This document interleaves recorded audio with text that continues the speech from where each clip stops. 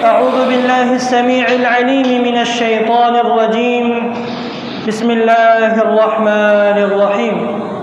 من جاء بالحسنة فله 10 أمثالها ومن جاء بالسيئة فلا يجزى إلا مثلها وهم لا يظلمون. تمام قسم کی حمد و ثنا، تعریف و تسبیحات، تمجیدات، کبریائی اور بڑائی اس اللہ وحدہ لا شریک کے لیے. درود و سلام جناب حضرت محمد عربی صلی اللہ علیہ وآلہ وسلم پر. محترم سامعین اور سامعات، آج میں نے یہ ارادہ کیا تھا کہ ایک موضوع جس کو آپ کے ساتھ شیئر کرنے کا دل چاہ رہا تھا، اللہ رب العالمین کی توفیق سے اور اس کے احسان سے کوشش کرتا ہوں کہ اللہ رب العالمین کی توفیق سے اس موضوع کو آپ تک پہنچا سکوں کہ فتنے ہمارے معاشرے کے اندر حد سے زائد ہے. اس بات کو آپ بخوبی جانتے ہیں کہ جو حضرات یہاں جمعہ پڑھنے کے لیے مسلسل آتے ہیں تو ان کو معلوم ہے اور یہ بات سنتے رہتے ہیں درس دروس میں کہ فتنے ہمارے معاشرے میں اور خصوصاً اس دور کے اندر حد سے زائد ہے. اور فتنوں کو ہم پہچانتے ہیں. ہر آدمی اپنے ایمان، اپنے تقوی کے بدلے میں، یعنی جس کے پاس جتنا ایمان ہے، جتنا مضبوط ایمان ہے، تقوی جتنے زیادہ ہوں گے، اس تقوی کی روشنی میں فتنوں کو دیکھتے ہیں اور فتنوں کو پہچانتے ہیں. فتنہ کہتے ہیں کہ اس چیز کو جو میرے ایمان اور آپ کے ایمان کو خراب کر دے. فتنہ کہتے ہیں اس چیز کو کہ مسلمان کے تعلق کو اللہ رب العالمین سے منقطع کر دے. اسے کہتے ہیں فتنے. یعنی ایک مسلمان کا تعلق اگر اللہ رب العالمین کے ساتھ ہوگا تو فتنے اس کے تعلق کو اللہ رب العالمین سے منقطع کرے گا، تو اسے کہتے ہیں فتنے. اگر ایک آدمی کا تعلق دوستی اللہ رب العالمین سے ہے ہی نہیں تو فتنوں کو نہیں پہچانتے. اس کے اوپر اگر جتنے فتنے آ جائیں معلوم نہیں ہوگا اسے. مثال کے طور پر ایک مسلمان ہے، اس کا تقوی اتنا زیادہ ہے، ایمان اتنا مضبوط ہے کہ کبھی سبحان اللہ کہتے ہیں، اس سبحان اللہ کہنے کی وجہ سے مٹھاس، لذت محسوس کرتے ہیں. لیکن ایک ایسا وقت آئے گا اس کے اوپر کہ یہی سبحان اللہ کہے گا لیکن اس سبحان اللہ کا مٹاس، لذت محسوس نہیں کرے گا. تو یہ سوچے گا کہ میں کسی فتنے میں واقع ہو چکا ہوں، میرے اوپر کوئی ایسا فتنہ واقع ہوا ہے کہ جس کی وجہ سے میں سبحان اللہ کہہ رہا ہوں لیکن لذت مجھے محسوس نہیں ہو رہا. تو اسے کہتے ہیں فتنہ. شریعت کی اصطلاح میں فتنہ کہتے ہیں اس کو کہ جو میرے ایمان کو اور آپ کے ایمان کو خراب کر دے، جو آپ کے عقیدے کو بگاڑ دے، جو آپ کے عقیدے کو کمزور کر دے، اسے کہتے ہیں فتنہ. پھر فتنہ کی مراتب ہے. ایک فتنہ وہ ہے کہ جو انسان کو نماز پڑھنے کا جو لذت ہے، جو مٹھاس ہے، وہ آپ سے چھین لے گا. اور ایک فتنہ وہ ہے کہ قرآن پڑھنے کی مٹھاس کو آپ سے چھین لے گا. یا ایک فتنہ ایسے بھی ہے جو آپ کو نماز سے روکے گا. ایک فتنہ ایسے بھی ہے کہ صرف آپ کو نماز سے روکے گا نہیں بلکہ آپ کو گناہ میں واقع کر دے گا. اور ایک فتنہ ایسے بھی ہے کہ آپ کو کفر، شرک کے اندر ڈال دے گا. اسے کہتے ہیں فتنہ.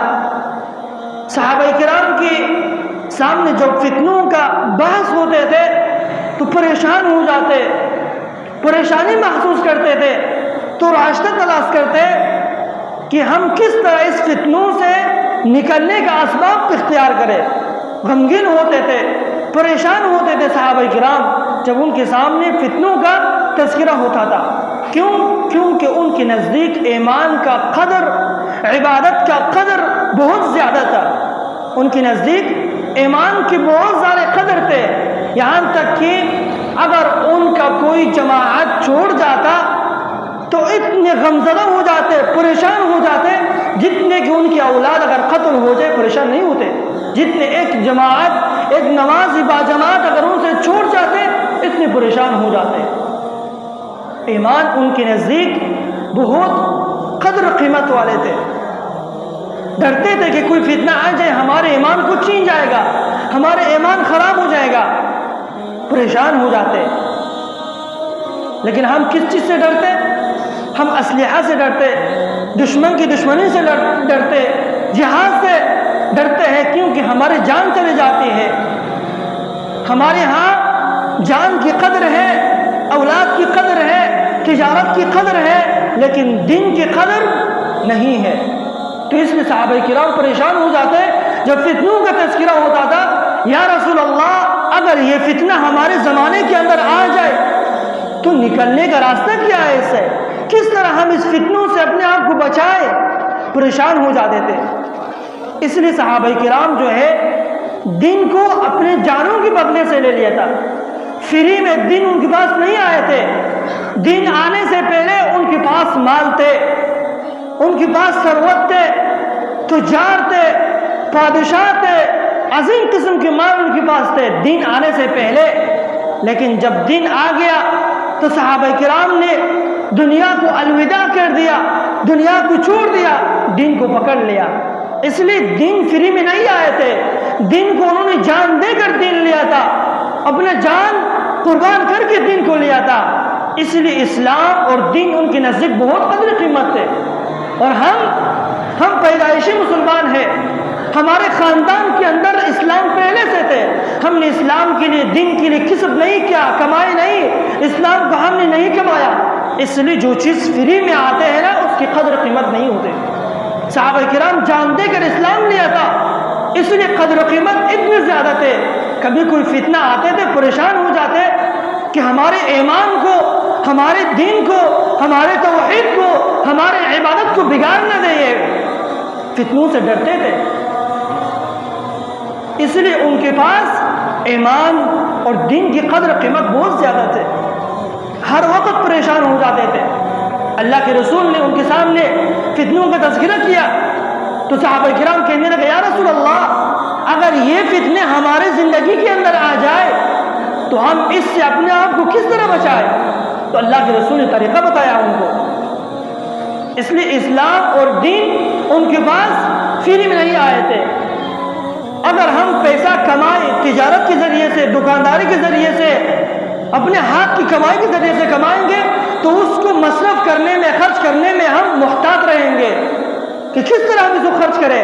اگر ہمیں کوئی فری میں 2 لاکھ روپے دے دے تو ہم اسے خرچ کرنے میں کبھی بھی مشورہ نہیں لیں گے، جلدی سے خرچ کریں گے. اسی لیے دین بھی ہمارے گھروں کے اندر فری میں آیا ہوا ہے. اس لیے قدر و قیمت، اس کے عزت، اس کے احترام نہیں ہے. ناراضگی کا بات نہیں ہے کہ ہم دین کو 10 روپے پہ خریدتے نہیں ہے. صحابہ کرام پریشان ہو جاتے تھے اور ہم فتنوں کے اندر بھی رہ رہے ہمیں محسوس بھی نہیں ہو رہے کہ ہمارا ایمان چلا جائے، دین چلا جائے. کوئی مسئلہ نہیں ہے. اس لیے دین کتنے قدر و قیمت والے تھے صحابہ کرام کے سامنے. اللہ کے رسول صلی اللہ علیہ وسلم جب فتنوں کا تذکرہ کرتے تھے تو صحابہ کرام متوجہ ہو جاتے، دقیق ہو جاتے، سن لیتے کہ یہ فتنے اگر ہماری زندگی کے اندر آ جائے تو راستہ تلاش کرتے اس سے بچنے کا. اس لیے اگر جو چیز ہمارے جان کو قتل کرے، جو چیز ہمارے اولاد کو قتل کرے، ہماری تجارت میں نقصان پہنچائے، یہ فتنہ ہے. توحید، قرآن، اللہ، نماز، عبادت اگر ہم سے چلا جائے، اگر ہم شرک میں بھی واقع ہو جائے، یہ فتنہ نہیں ہے. اگر موسیقی ہمارے گھروں کے اندر، ہمارے کانوں میں بج رہے ہوں گے، ہمارے بازار کے اندر، گلیوں کے اندر موسیقی بج رہے ہوں گے، یہ فتنہ نہیں ہے. ہم سمجھتے ہیں یہ فتنہ نہیں ہے. اگر ہمارا توحید خراب ہو جائے، ایمان خراب ہو جائے، دین چلا جائے، یہ فتنہ ہے. عجیب ہے. مثال کے طور پر ایک مثال دیتا ہوں، میرا موضوع اس کے ساتھ تعلق تو نہیں ہے۔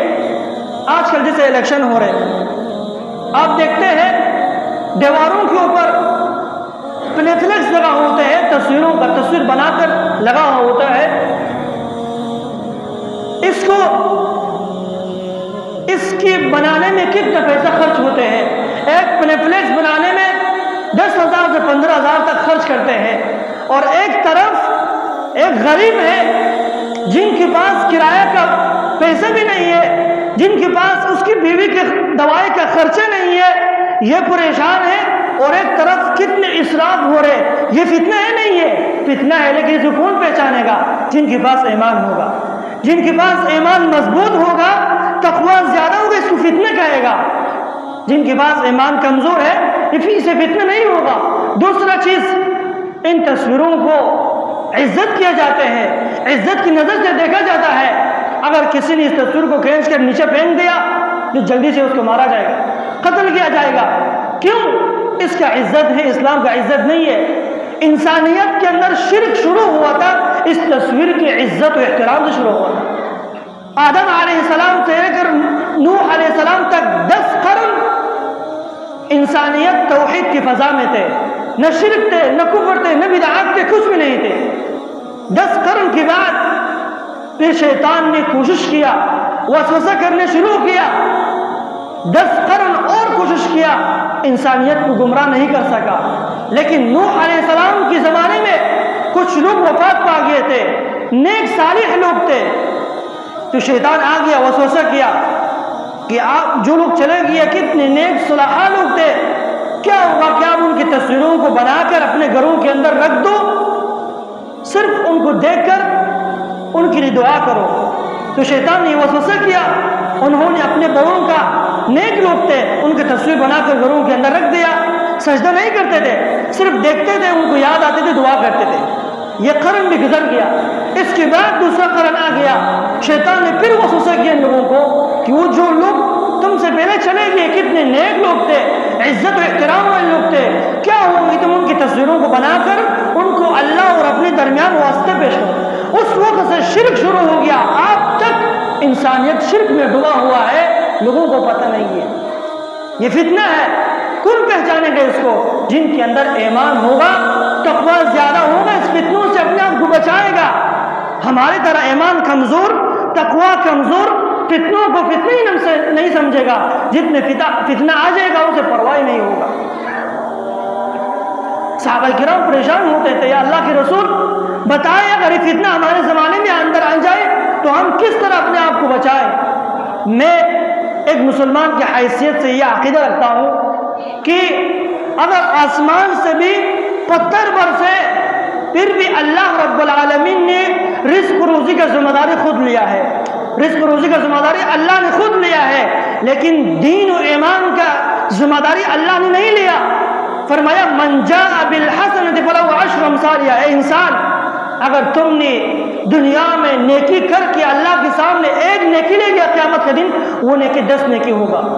دین و ایمان کا عزت، دین و ایمان کا احترام، محفوظ حفاظت اللہ نے نہیں لیا۔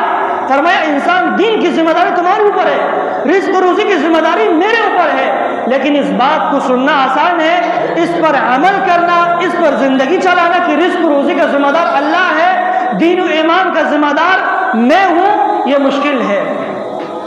اگر انسان ایمان کے بغیر دنیا سے چلا گیا تو منہ کالا ہوگا، کامیاب نہیں ہوگا۔ اس لیے ایمان اور دین کی حفاظت بہت ضروری ہے ہمارے یہاں۔ صحابہ کرام نظام میں جب فتنوں کا تذکرہ ہوتا تھا پریشانی محسوس کرتے تھے، غمگین ہو جاتے تھے، رونے لگ جاتے تھے۔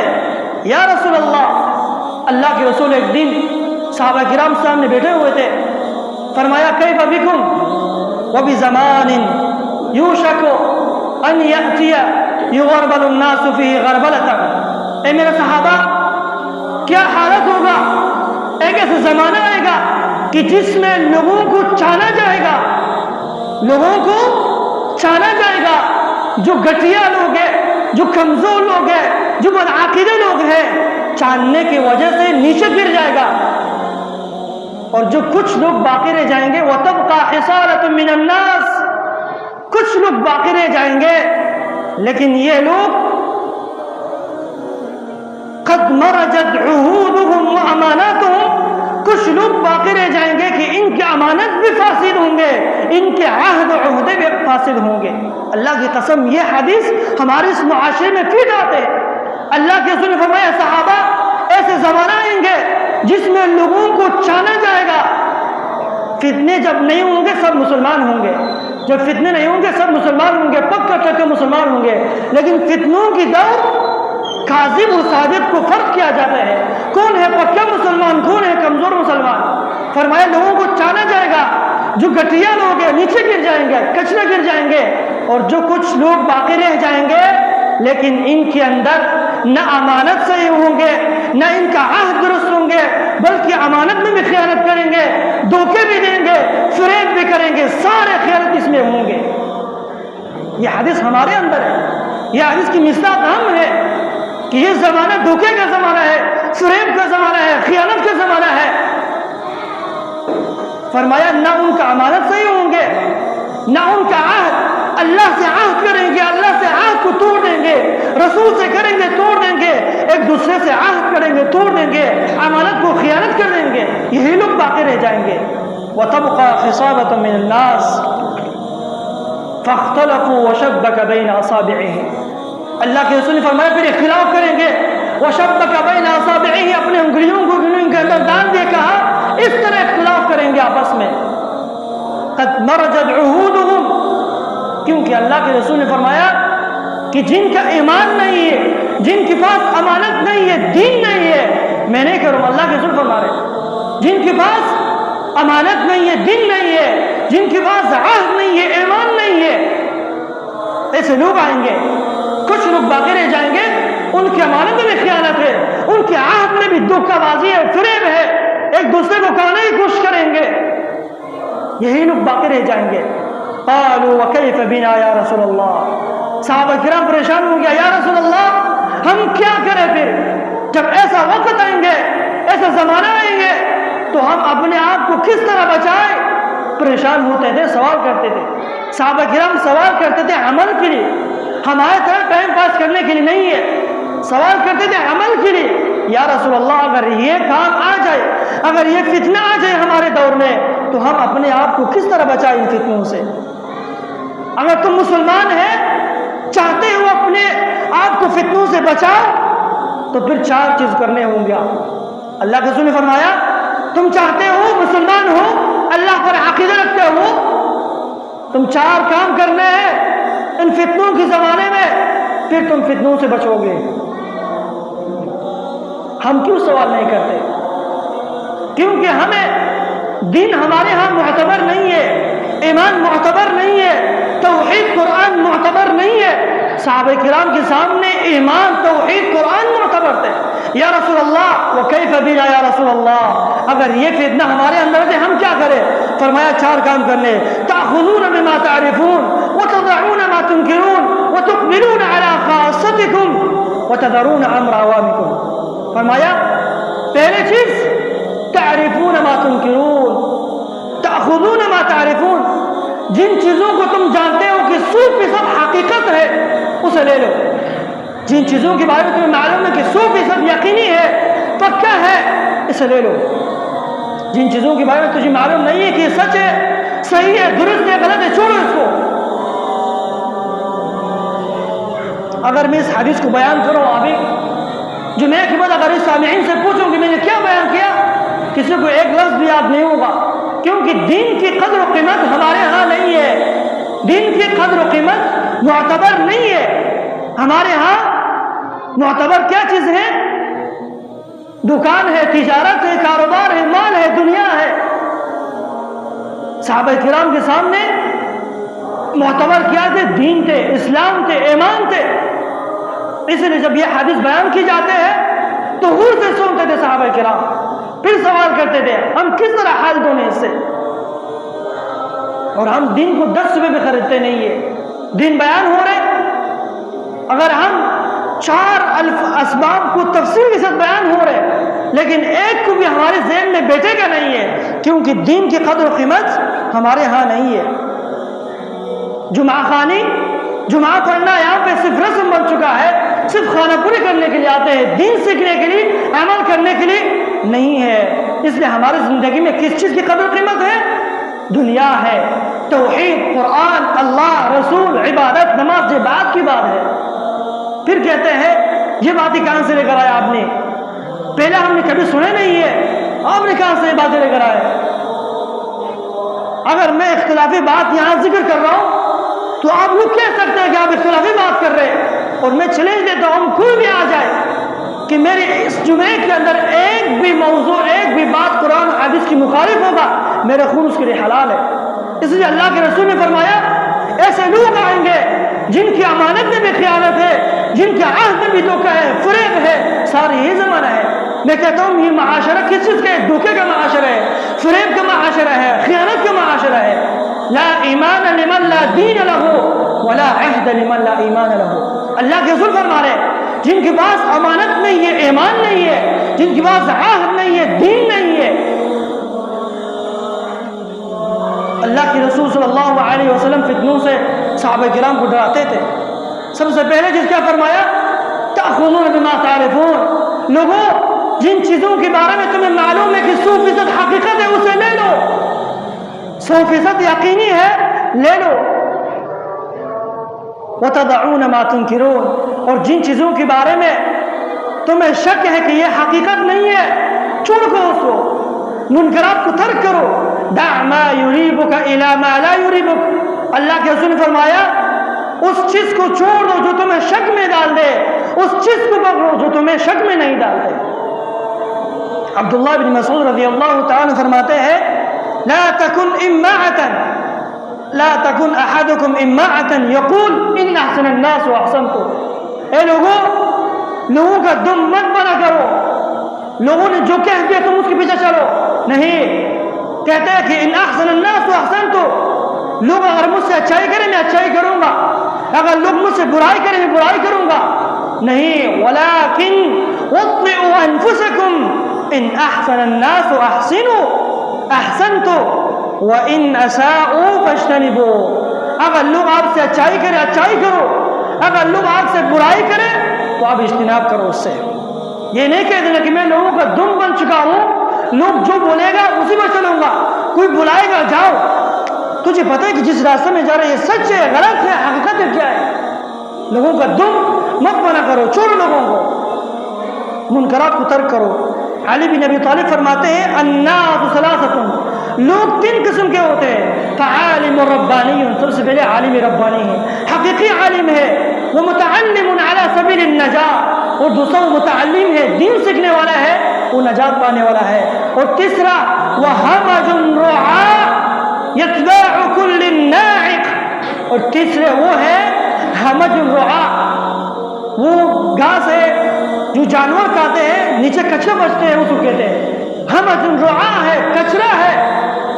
اتباع کل ناعق، جو بھی آواز دے گا اس کے پیچھے بھاگے گا، جو بھی آواز دے گا چلو اس کے پیچھے بھاگو۔ اتباع کل ناعق، کچرا ہے۔ یمیلون مع کل ریح، جہاں سے ہوا موڑے گا اسی طرف موڑے گا ایسے لوگ۔ لم یستعذوا بنور العلم، علم سے استفادہ نہیں لے گا، علم سے فائدہ نہیں لے گا، اپنا رائے چلائے گا، میں ہوں نا، میں تو حقیقت پر ہوں، میں تو سچا ہوں، میرا دین صحیح ہے۔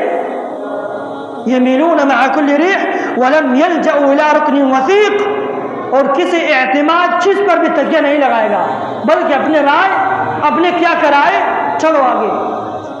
تیسرا چیز اللہ کا رسول نے فرمایا وَتُقْبِلُونَ عَلَىٰ خَاصَتِكُمْ، لوگوں جب یہ فتنہ آ جائے تم اپنے علماء کے ساتھ تعلق کو مضبوط کرو، علماء سے جڑو، علماء سے مضبوط تعلقات رکھو۔ اس فتنوں کے اندر جو حقیقی علماء ہے، اس دور کے اندر عظیم قسم کے علماء ہے، اس فتنوں کے اندر اپنے بچنے کا طریقہ کیا ہے؟ علماء سے تعلقات کو جوڑو، علماء کے ساتھ قریب ہو جائے۔ اور چوتھا وَتَذَرُونَ أَمْرَ عَوَانِكُمْ، لوگوں کی معاملات کو چھوڑ دو، لوگوں کی باتوں میں اپنا آپ مت الجھاؤ، لوگ کیا کر رہے ہیں اس کی بات میں گھس رہے، اس کی بات میں گھس رہے، چھوڑو لوگوں کے بارے میں۔